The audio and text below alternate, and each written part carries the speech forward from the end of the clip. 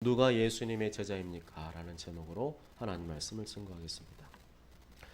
여러분은 교회가 어떤 곳이라고 생각하십니까? 교회는 학교와 같은 곳입니다. 예수님께서는 마태복음 28장 20절에서 너희는 내가 분부한 것을 가르쳐 지키게 하라 말씀하셨거든요. 이 가르치는 사역을 예수님께서는 대단히 중요하게 여기셨습니다. 예수께서 온 갈릴리에 두루 다니사 그들의 회당에서 가르치시며 입을 열어 가르쳐 이르시되 예수께서 이 말씀을 마치심에 무리들이 그의 가르침에 놀라니라고 말씀합니다. 그렇지만 예수님께서는 지식에 머무르는 교육을 원하지는 않으셨습니다. 예수님께서는 지식이나 배움, 학습, 공부를 넘어서 예수님의 제자가 되는 교육을 원하셨습니다. 알기만 하고 머리만 커지는 학생이 아니라 예수님을 닮은 제자를 원하셨습니다. 예수님처럼 생각하고 말하고 행동하는 제자를 원하셨습니다. 예수님의 판박이, 예수님의 제2의 예수를 원하는 교육을 하셨습니다. 예수님의 교육은 지금의 세상 교육과는 다른 것입니다. 지금의 교육은 너무 지식적인 측면이 강합니다. 계속해서 머리에 지식과 정보를 집어넣습니다. 계속해서 머리만 발달시키고 개발을 시킵니다. 그러다 보니까 인성교육이나 신앙교육은 잘 되지 않고 있습니다. 문제는 교회들도 그런 쪽으로 따라가고 있다는 것입니다. 세상적인 교육 개념이나 이론이나 방법을 따라가면서 교회들도 자꾸만 머릿속에 성경 지식을 집어넣는 그러한 교육으로 가고 있습니다. 그러다 보니까 그냥 알면 됐어, 이해하면 됐어, 너 말씀을 읽었으면 됐어, 그런 수준으로 가고 있는데 그것은 바람직하지 않습니다. 그것은 예수님께서 꿈꾸신 제자 교육이 아닙니다. 예수님께서 원하신 제자의 모습은 예수님을 닮은 제자로 만드는 교육입니다. 지식적으로만 무장한 제자가 아니라 모든 배운 대로, 아는 대로 사는 제자, 행하는 제자를 원하셨던 것입니다. 요즘 코로나19에 지난주에 시끌시끌한 뉴스가 있었습니다. 청와대에 70만 명? 갑자기 이렇게 많은 사람 청원한 그러한 뉴스가 있었습니다. 그것은 텔레그램 N번방 사건입니다. 박사라는 닉네임을 가진 사람이 미성년자 16명을 포함하여 74명의 여성들을 SNS로 유혹해서 처음에는 낮은 수위의 영상이나 사진을 찍게 한 다음에 나중에는 그거를 빌미로 해서 더 과도하고 더 변태적인 성적인 성을 유린하는 그러한 영상을 찍게 하고 그 다음에 그것을 돈을 받고 남자들한테 비밀리에 공개를 하였습니다. 경찰이 이 약하고 더러운 짓을 저지른 이 변태를 잡기 위해서 6개월 전부터 수사에 착수를 했습니다. 국제경찰, 인터폴과 공조를 요청했습니다.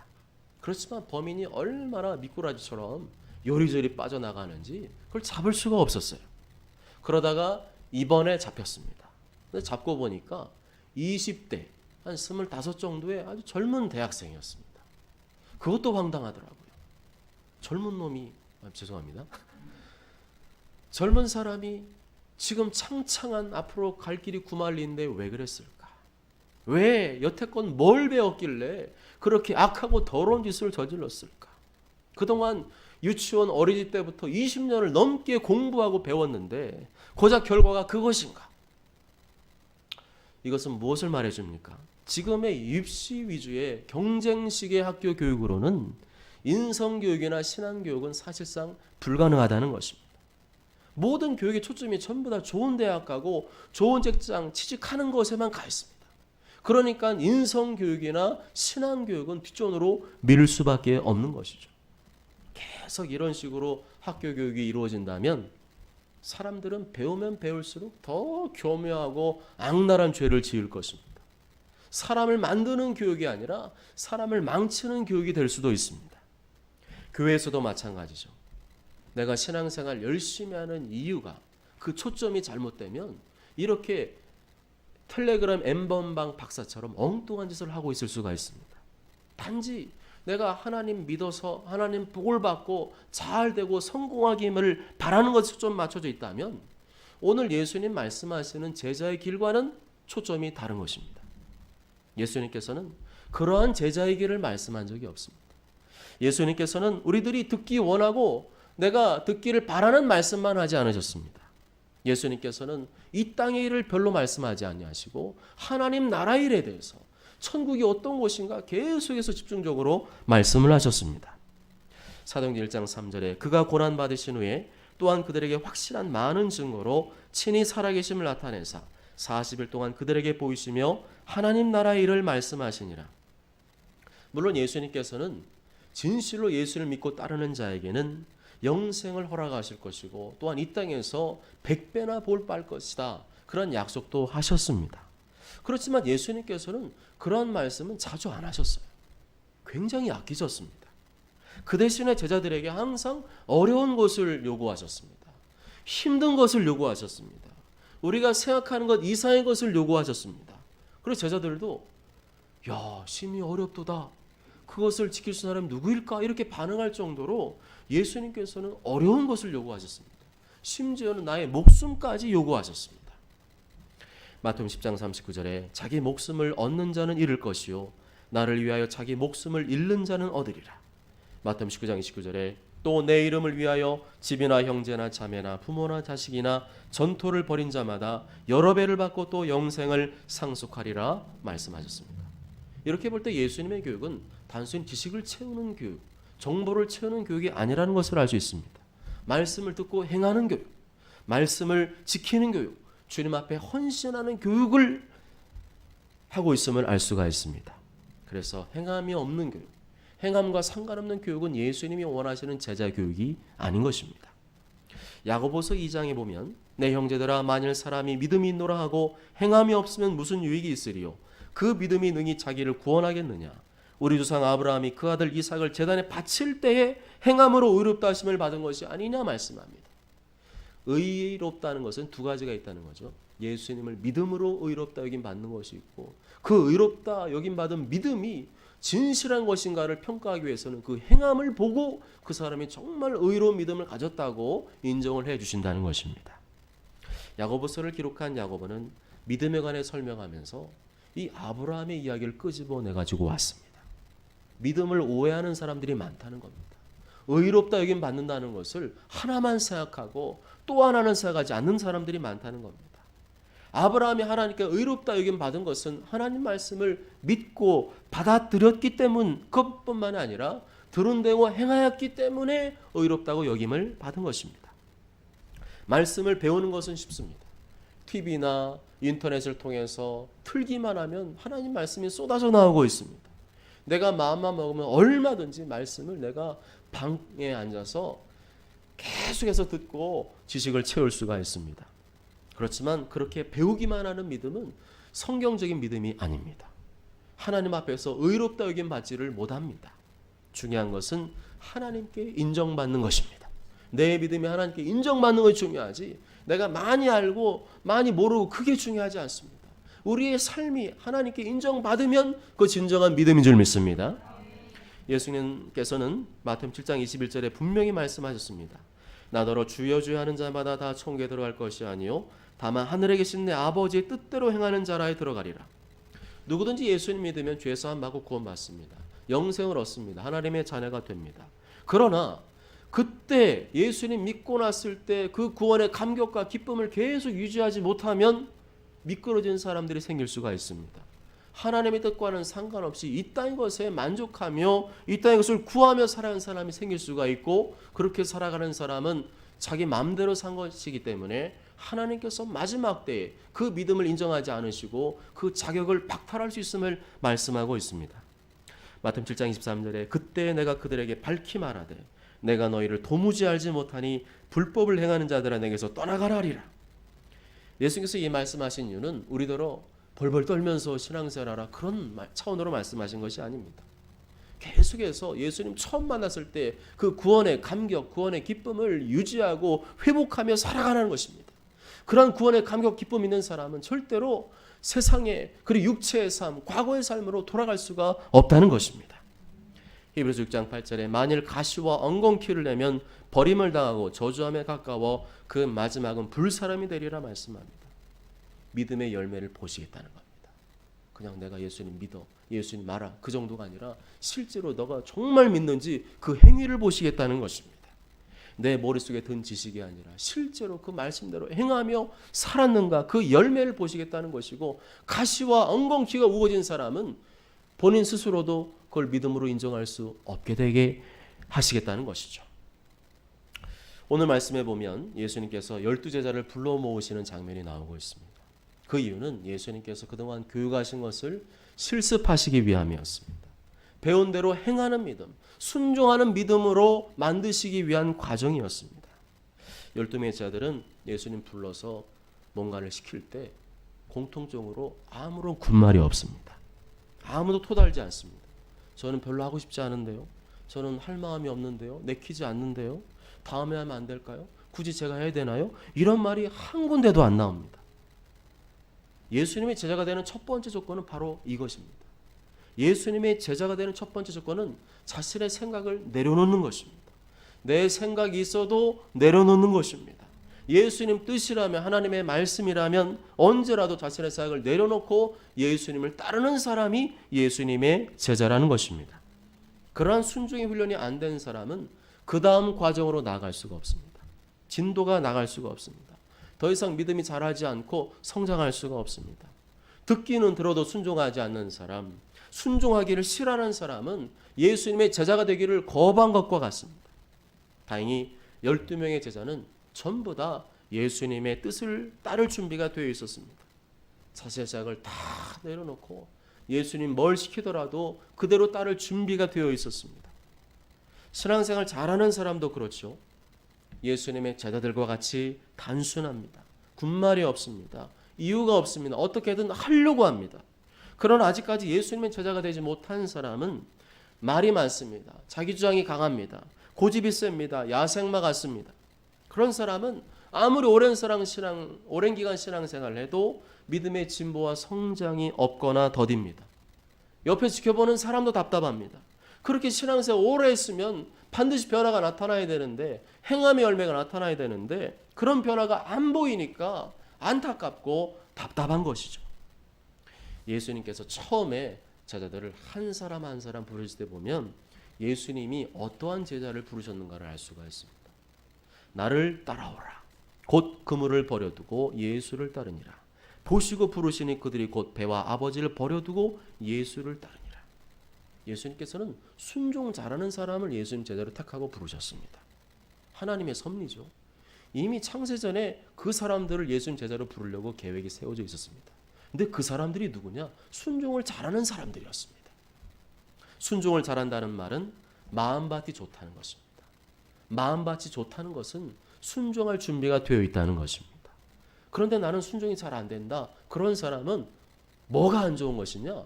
말씀이 문제가 아니고 신앙생활 자체가 문제가 아니고 예배도 기도도 뭐 그런 게 문제가 아니라 마음밭에 문제가 있는 것입니다. 예수님께서는 저희들 부르실 때 다른 자격 조건 묻지 않으셨습니다. 세상에서 뭐 하느냐, 뭐 잘 나가느냐, 네가 뭐 가진 게 이런 거 전혀 안 따지시고 순종 잘하는 사람, 순종이 되는 사람을 부르신 줄 믿습니다. 예수님께서는 예수님 따르는 많은 무리와 군중들이 있었지만 그들을 사랑은 하셨지만 그들을 제자로 삼지는 않으셨어요. 많은 무리와 군중도 예수님 제자들 따라갈 때 같이 항상 따라왔습니다. 어쩔 때는 10,000명이 따라오기도 했습니다. 얼마나 대단한 일입니까? 예수님은 그들을 바라보시며 안타깝게 여기시고 불쌍히 여기시며 사랑하셨지만 그들을 제자로 부르시진 않으셨어요. 왜 그랬을까요? 그들은 예수님 따르는 목적과 의도가 달랐기 때문이에요. 많은 무리와 군중은 단지 예수님의 은혜로운 말씀, 복스러운 말씀이나 듣고 기적이나 보고 병고침이나 받고 빵이나 얻어 먹으려고 했습니다. 그게 예수님 따라다니는 전부였습니다. 말씀을 듣고 행할 마음은 없었어요. 말씀을 듣고 순종할 마음은 없었습니다. 그래서 그들은 제자가 될 수가 없었고 예수님 그런 사람 제자로 부르시지 않았습니다. 제자는 예수님을 따르는 사람입니다. 예수님 가는 곳이라면, 말씀한 곳이라면 그냥 군소리 없이 초대교회에 나왔던 이 사도들 제자들처럼 그냥 따라가는 사람입니다. 예수님께서는 그럴 준비가 되는 사람을 부르시고 그들을 제자로 삼으시고 훈련시키셨습니다. 교회 안에도 여러 성도들이 계시지만 꼭 우리 교회뿐만 아니라 한국 교회도 1천만 성도가 있지만 그 사람들이 다 제자냐? 그거는 아닐 거예요. 오히려 무리와 군중이 더 많아지는 거 아닌가 하는 생각이 들 정도입니다. 정말 예수님 제자는 따라가는 사람이거든요. 예수님 말씀이라면 그냥 토달지 않고 순종하며 따라가는 사람인데 지금 한국교회 성도들이 정말 그러한가? 거기에 대해서는 퀘스천을 가질 수밖에 없습니다. 그러면 좋은 교회는 어떤 교회냐? 제자가 많은 교회입니다. 아무리 성도가 많아도 제자는 없고 전부 다 무리와 군중들밖에 없다면 그 교회는 좋은 교회가 아닙니다. 인간적으로 보면 좋은 교회 같죠. 사람들이 많이 가니까 이유가 있겠지. 그렇지만 제자는 없고 군중과 무리들만 많은 곳, 그런 교회에는 수시로 문제가 터집니다. 전부 다 예수님을 따르려는 게 아니라 내가 이 땅에서 원하는 것들, 바라는 것들, 내 욕심 채우려 따르는 사람이 너무나 많기 때문에 결국에는 이권이 달린 문제, 기득권이 달린 문제 앞에서 충돌하고 결국에는 문제를 수습하다가 그냥 교회가 끝나는 경우도 있습니다. 그러므로 성도 수가 많은 것이 중요한 것이 아니라 얼마나 헌신되고 충성된 제자를 키우느냐가 중요합니다. 우리 교회가 그러한 교회 되기를 원합니다. 우리 가정이 그러한 가정 되기를 원합니다. 예수님이 원하시는 가정은 바로 그러한 가정입니다. 제자들이 우글우글대는 가정, 예수님 말씀이라면 따르는 가정, 힘들고 어려웠지만 예수님이 지금 이 상황 속에서 말씀한다면 에스더처럼 모르드게처럼 죽으면 죽으리라는 각오로 금식하며 기도하며 예수님 따라갈 수 있는 사람을 원하신 줄 믿습니다. 한편에 그 전까지는 예수님께서 제자들을 항상 옆에 끼고 데리고 다니셨어요. 항상 예수님 제자들 데리고 다니시고 갈 때마다 불러서 데리고 다니시고 항상 기적을 보여주시고 능력을 보여주시고 하나님의 은혜로운 말씀을 들려주시고 또 예수님을 통하여서 의식주 문제도 해결해 주셨어요. 그러니까 제자들이 항상 예수님의 사랑을 받으며 예수님의 풍성한 은혜를 누리며 다녔습니다. 그런데 이제는 예수님께서 밖으로 내보내려고 하셨어요. 우물한 개구리로 키우지 않겠다는 겁니다. 품 안의 자식으로 키우지 않겠다는 겁니다. 자식이 성장했는데도 자꾸만 부모님을 의지하는 자식도 잘못된 것이고 또한 다 큰 자식을 자꾸만 자기 품 안으로 끌어오려고 하는 부모도 잘못된 것입니다. 자식이 진정으로 잘 되기를 원한다면 오늘 예수님처럼 사랑을 많이 해주되 때가 되면 세상 속으로 들어가서 작은 예수로 만들어질 줄 믿습니다. 예수님께서는 제자들에게 그러한 모습을 보여주셨습니다. 이제는 나가라는 거예요. 이제는 배운 대로 해보라는 겁니다. 계속 배우고 계속 알기만 하는 것 주님이 원하지 않다는 거예요. 배운 대로 이제는 하라는 거죠. 하기 싫어도 하라는 겁니다. 정말 네가 예수님 제자가 되기를 원한다면, 예수님 제자라면 네가 하는 사람이 되어야 예수님의 제자라는 겁니다. 그러면서 예수님께서는 야, 너네들 이제 여행 다녀야 되니까 돈이 좀 필요하지. 돈다발 갖고 와라. 돈가방 하나 주신 것이 아니라 오늘 1절 말씀 보면은 모든 귀신을 제어하며 병을 고치는 능력과 권위를 주셨습니다. 세상에 나가면 예상하지 못한 반대와 저항이 아주 많다는 겁니다. 그러한 세상의 저항과 반대를 뚫고 하나님 뜻을 이루며 살아가려면 그보다 더 그것을 능가하는 능력과 권위를 갖추지 않으면 안 된다는 것입니다. 그런데 그 능력과 권위가 무엇인가? 모든 귀신을 제어하는 능력과 권위입니다. 인간적으로는 조금 생뚱맞지 않습니까? 전도여행 떠날 때 뭐 그것도 필요한데요. 사람들의 심리는 어때요? 그것만 안 되고요. 그 다음 것도 주셔야죠 하는데 예수님이 딱 잘라 말합니다. 딱 잘라 말합니다. 그냥 가라는 거예요. 이 모든 귀신을 제어할 권세와 능력, 이것을 가지고 나아가면 된다는 것을 우리에게 말씀합니다. 그렇지만 이 예수님의 말씀에 의하면 세상을 지배하고 있는 것이 누구인가를 말씀해주고 있는 겁니다. 세상을 나아가면 세상이 지금 다스리는 것이 귀신들이라는 거죠. 귀신들이 우글우글 된다는 겁니다. 보이지 않는 귀신의 세력이 이 세상을 지배하고 다스리고 조장하고 있다는 겁니다. 그놈들이 항상 믿는 사람들을 방해하고 있다는 겁니다. 귀신은 영적인 존재입니다. 사탄의 부하들입니다. 귀신은 사탄이 부리는 대로, 두목이 부리는 대로 일하는 사탄의 일꾼들입니다. 그래서 때로는 위정자들이 사탄의 종로로 타며 행하는 것을 볼 때가 있습니다. 근데 사실 알고 보면 그 사람의 문제가 아니라 그 뒤에 귀신들이, 악한 귀신들이 센 귀신이 그 뒤에서 그렇게 말을 하도록 그렇게 조종하고 있다는 사실을 우리는 기억해야 됩니다. 그러한 세상 속에 들어가서 우리가 제대로 살아가려면 반드시 누구와 싸워서 이겨야 된다는 겁니까? 귀신과 싸워서 이겨야 된다는 겁니다. 그렇게 보이지 않는 귀신, 그러나 분명히 존재하는 귀신과 싸워 이기려면 무엇이 필요하다는 것입니까?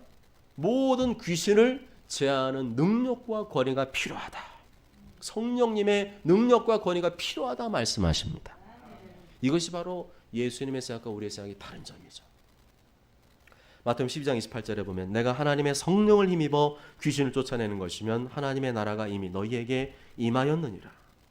귀신들은 내가 아무리 세상적으로 많이 배우고 많은 것을 갖추고 있어도 그거 가지고 눈 하나 깜짝 안 합니다. 아무리 대통령이라도 국회의원이라도 그거 가지고 설치고 다니면은요, 귀신들이 그거 가지고요 콧방귀도 안 깹니다. 그런데 아무리 어린아이라도 이 하나님의 능력, 권위를 가지고 나아가면 그 앞에 벌벌 떠는 줄 믿습니다. 꼬랑지로 확 내려버립니다. 이야, 제 속에는 비록 나이가 어리지만 하나님을 사랑하는구나. 하나님의 영이 함께하는구나. 음매 큰일 나겠다. 제가 예수님 이름으로 선포한 물이 나가 떨어지는데. 그래서 예수님께서는 저희들을 세상으로 내보내시면서 제일 먼저 모든 귀신을 제어할 능력과 권위를 주셨습니다. 예수님께서는 본질적인 문제를 타치한 겁니다. 우리는 본질이 아니라 자꾸만 당장 해결되는 걸 원하지만 예수님께서는 뭘 타치하셨느냐? 본질적인 문제를 타치하셨습니다. 예수님께서는 잡초의 잎사귀, 이파리가 아니라 그 잡초의 뿌리를 타치하신 것입니다. 아무리 사이드를 건드리고 해결해 보아도 그 순간에는 해결될 수가 있지만 본질적인 문제, 영적인 문제를 해결하지 않으면 절대로 해결되지 않습니다. 잡초만 벤다고 해결되는 것이 아니라 잡초의 뿌리를 잡아서 뽑아내낼 줄 믿습니다. 그 잡초의 뿌리 같은 존재가 바로 귀신이라는 겁니다. 귀신들은 예수님 이름 앞에 꼼짝을 못합니다. 서사라 목사님이 천국에 갔더니 사탄이 왔더래요.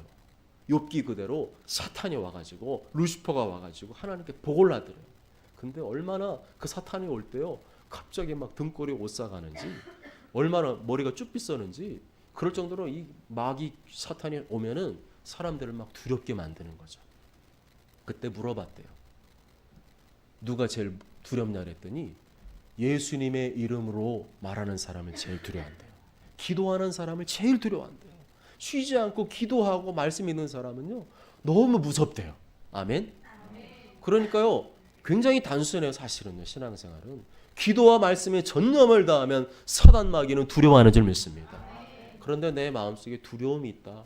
귀신 얘기, 사탄 얘기 들으면 내가 벌벌 떨린다. 그거는요 지금 기도 안 하는 거예요. 기도와 말씀이 충분하면 그런 마음이 아니라 귀신을 때려잡는 마음이 생긴 줄 믿습니다. 질병의 문제도 마찬가지입니다. 병을 고치는 능력과 권위를 주시고 하나님의 나라를 전파하며 앓는 자를 고치게 하려고 내보내시며 하나님 나라를 전파할 때 어떤 사람들을 자주 만나게 될까? 어떤 사람들이 내 주변에 다가오게 될까? 문제가 있는 사람인데 특히 귀신에 붙잡힌 사람, 질병에 붙잡힌 사람들을 많이 만나게 된다는 겁니다. 다시 말하면 세상 속에 이런 문제로 고통당하는 사람이 생각보다 훨씬 많다는 겁니다. 겉으로 볼 때는 다 멀쩡해 보이고 직업이 무슨 사자 들어가고 연봉이 뭐 5천만 원이고 어떤 사람은 1억이고 그래도요 가만 들어가 보면 귀신의 문제, 고통의 문제, 질병의 문제로 신음한 사람이 엄청 많다는 겁니다. 그런 사람들에게 하나님 나라를 보여주는 방법이 무엇이냐? 그런 사람들에게 꿀리지 않고 확실하게 복음을 전하는 방법이 무엇이냐? 그 사람 속에 들어와 있는 귀신을 쫓아내면 된다는 겁니다. 병든 사람 질병을 고쳐주면 된다는 겁니다. 이게 예수님의 교육이었어요. 예수님의 교육은 어떻게 보면은 실전적 교육이 훨씬 더 강합니다. 이 말씀을 통해서 우리는 한 가지를 깨닫게 되죠. 모든 그리스도인은 지금 영적 전쟁의 한복판에 서 있다는 것. 제일 먼저 우리가 갖춰야 될 능력은 이 더러운 귀신을 제어할 수 있는 능력과 권위를 갖추는 것인 줄 믿습니다. 그 능력이 있어야 제자로 살 수 있다는 겁니다. 뿌리를 잡아야, 뿌리를 뽑아내야 내가 하나님 자녀로 제자로 살아가는데 이 뿌리를 뽑아내지 않으면 그냥 계속해서 사단이 그 배후에서 밑구덩이에서 끌어당기고 잡아당기고 하나님 자녀로 살지 못하게 한다는 겁니다. 그래서 밥은 못 먹어도 기도는 해야 됩니다. 밥은 못 먹어도 말씀은 묵상해야 됩니다. 밥은 못 먹어도 예배는 드려야 됩니다. 밥 몇 끼 안 먹는다고 해서 절대 죽지 않습니다. 주님이 그렇게 우리를 그렇게 약하게 만들지 않으셨습니다. 그 중에서도 우리가 더욱 많이 집중하고 신경 써야 될 부분은 기도인 줄 믿습니다. 기도의 시간과 성령님의 능력은 정비례합니다. 기도하면 성령님이 역사하시고 기도 안 하면 성령님이 역사하지 않습니다. 마태복음 9장 29절에 이르시되 기도 외에 다른 곳으로는 이런 종류가 나갈 수 없느니라. 신앙생활은 육적인 생활입니까? 영적인 생활입니까? 영적인 생활이죠. 보이지 않지만 분명히 존재하는 존재, 보이지 않지만 분명히 존재하는 세계, 그 세계를 더 민감하게 의식하는 사람들이 신앙생활하는 사람들이라는 것입니다. 그럼 신앙생활은 뭘로 하는 거예요? 보이는 걸로 하는 겁니까? 실력으로 하는 겁니까? 세상에 빼고로 하는 겁니까? 보이지 않는 세계를 보면서 살아가는 사람이라 그랬잖아요. 그러면 뭘로 하는 것인가? 보이지 않는 힘으로 하는데 보이지 않는 힘이 뭡니까? 기도를 통해서, 말씀을 통해서. 그것이 있는 사람이 영적 생활이 가능한 것이고 그거 안 하는 사람은요 보나마나 해요. 그런 사람하고 면담을 많이 하고 그 사람 사정을 들어주고 그게 문제가 아니라니까. 그런 사람은요 기도 안 하고 말씀 생활이 게을러진 것 같은 사람은요 보나마나요. 왜냐하면 성경이 말씀하잖아요. 성경에서는 이 기도와 말씀 생활이 안 되는 사람, 게을러진 사람은 영적인 생활이 아니라 육적인 생활을 할 수밖에 없다라고 쐐기를 받고 있습니다. 그리고 육적인 생활을 하는 사람은 사망의 생활을 하게 되고 하나님과 원수가 되게 하며 하나님의 법에 굴복할 수도 없습니다. 로마서 8장을 보면 육신을 따르는 자는 육신의 일을, 영을 따르는 자는 영의 일을 생각하나니 육신의 생각은 사망이요 영의 생각은 생명과 평안이니라. 육신의 생각은 하나님과 원수가 되나니 이는 하나님의 법에 굴복하지 아니할 뿐 아니라 할 수도 없습니다. 사도들은 이 비결을 알았기 때문에 일반적인 교회 사역은 다 안수집사를 세워서 그들에게 맡겼습니다. 그리고 사도들은 기도와 말씀 사역에 전념을 다했습니다. 그 어떤 사역보다도 교회 사역은 영적인 사역이고 기도와 말씀이 살아있을 때 교회는 살아난 줄 믿습니다. 그렇다면 내 삶 가운데 문제가 터지고 어려움이 생기면 제일 먼저 될 것이 뭡니까? 기도하는 일이고 말씀 묵상하는 일입니다.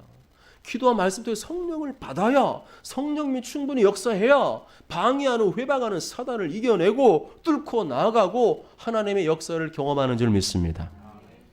내가 애쓰고 노력해서 됩니다. 잠시는 됩니다. 누구나 머리 써서요. 이 방법을 어떻게 해결할까? 그 방법을 해서 그 방법에 맞는 거를 적용하면요. 그 잠시는 해결됩니다. 그런데요. 문제는 뭐냐? 계속 반복해서 뿌리를 뽑아내야 되는데 뿌리를 못 뽑아내면 계속 가지쳐봐야 계속 자라나거든요. 계속 문제가 생깁니다. 기도하지 않으면 하나님의 능력과 권위가 나에게 오지 않고 영권이 오지 않고 영권이 딸리니까 자꾸만 뭐가 역사하는 거예요? 귀신들이 역사하고 그래서 내가 노력하고 애쓰고 문제도 해결하지만 전부 다 밑빠진 독에 물붓기가 되는 겁니다. 성령의 권능을 구하시기 바랍니다. 모든 더러운 귀신을 제하는 능력과 권위를 구하시기 바랍니다. 병 고치는 능력을 구하시기 바랍니다. 영권이 살아나야 우리의 삶이 살아납니다. 영적으로 살아야 가진 거 없어도 부족한 것 많아도 그 사람은 자신감 있게 팔팔하게 살아간 줄 믿습니다. 한편 예수님께서는 저희들을 밖으로 내보내시면서 우리가 중요하다고 생각하는 것에 대해서 일침을 가하고 있습니다. 3절 4절 같이 읽어보실까요? 3절 4절 시작. 이르시되 여행을 위하여 아무것도 가지지 말라.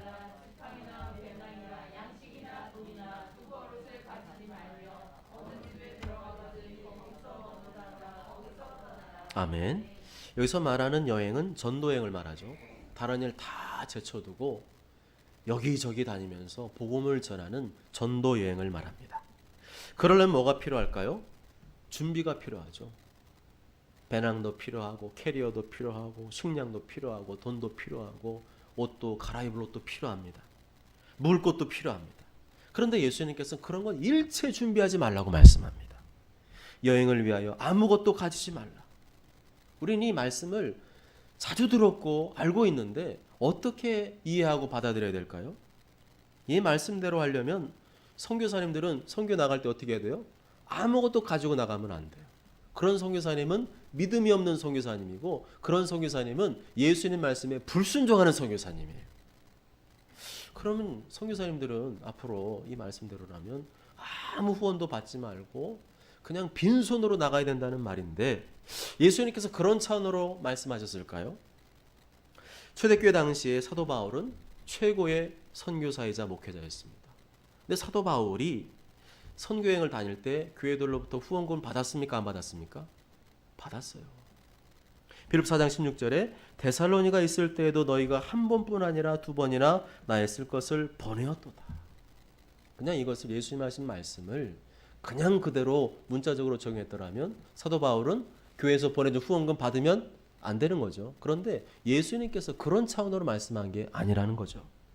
사도 바울은 후원금 받았지만 후원금이 떨어지고 부족할 때는 자비량으로 일하면서 사역비를 충당하기도 했습니다. 그렇지만 사도 바울은 그게 원칙은 아니라고 말씀합니다. 사도 바울은 교회로부터 내가 마땅히 사례비와 후원금 받을 자격이 있다고 밝히고 있습니다. 고린도 9장 11절 12절에 우리가 너에게 신령한 것 영적인 것을 뿌렸은즉 너의 육적인 것을 거두기로 과하다 하겠느냐. 다른 이들도 너에게 이런 권리를 가졌거든 하물며 우리일까 보냐 말씀합니다. 신령한 것, 내가 기도하고 내가 말씀을 준비해서 가르치고 하나님의 선한 뜻을 이루기 위해서 여러 가지 사업들을 추진하고 계획했던 모든 것들, 그런 것들에 성도들을 동참시키며 이끌었던 모든 것들, 그런 것들에 대한 대가를 받는 것이 합당하다는 겁니다.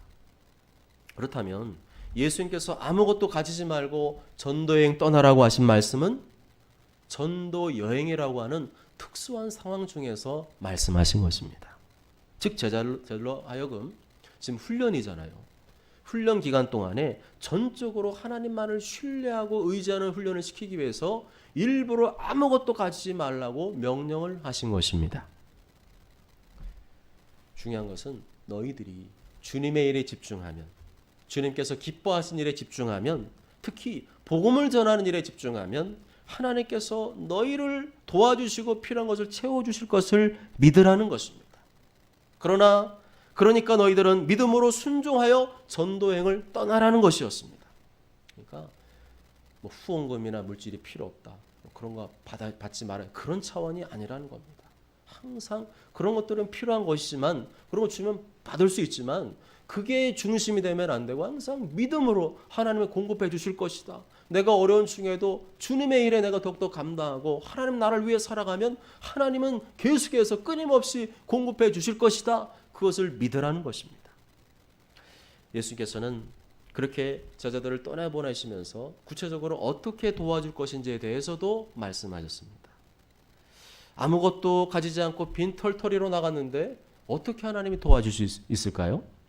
4절과 5절을 읽어보겠습니다. 시작. 어느 집에 들어가든지 거기서 머물다가 거기서 떠나라.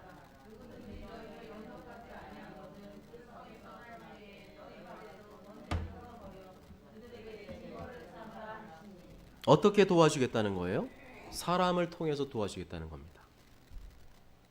까마귀, 엘리야에게 까마귀가 떡과 물을 갖다 준 거, 그걸 자꾸 대입하면 안 돼요.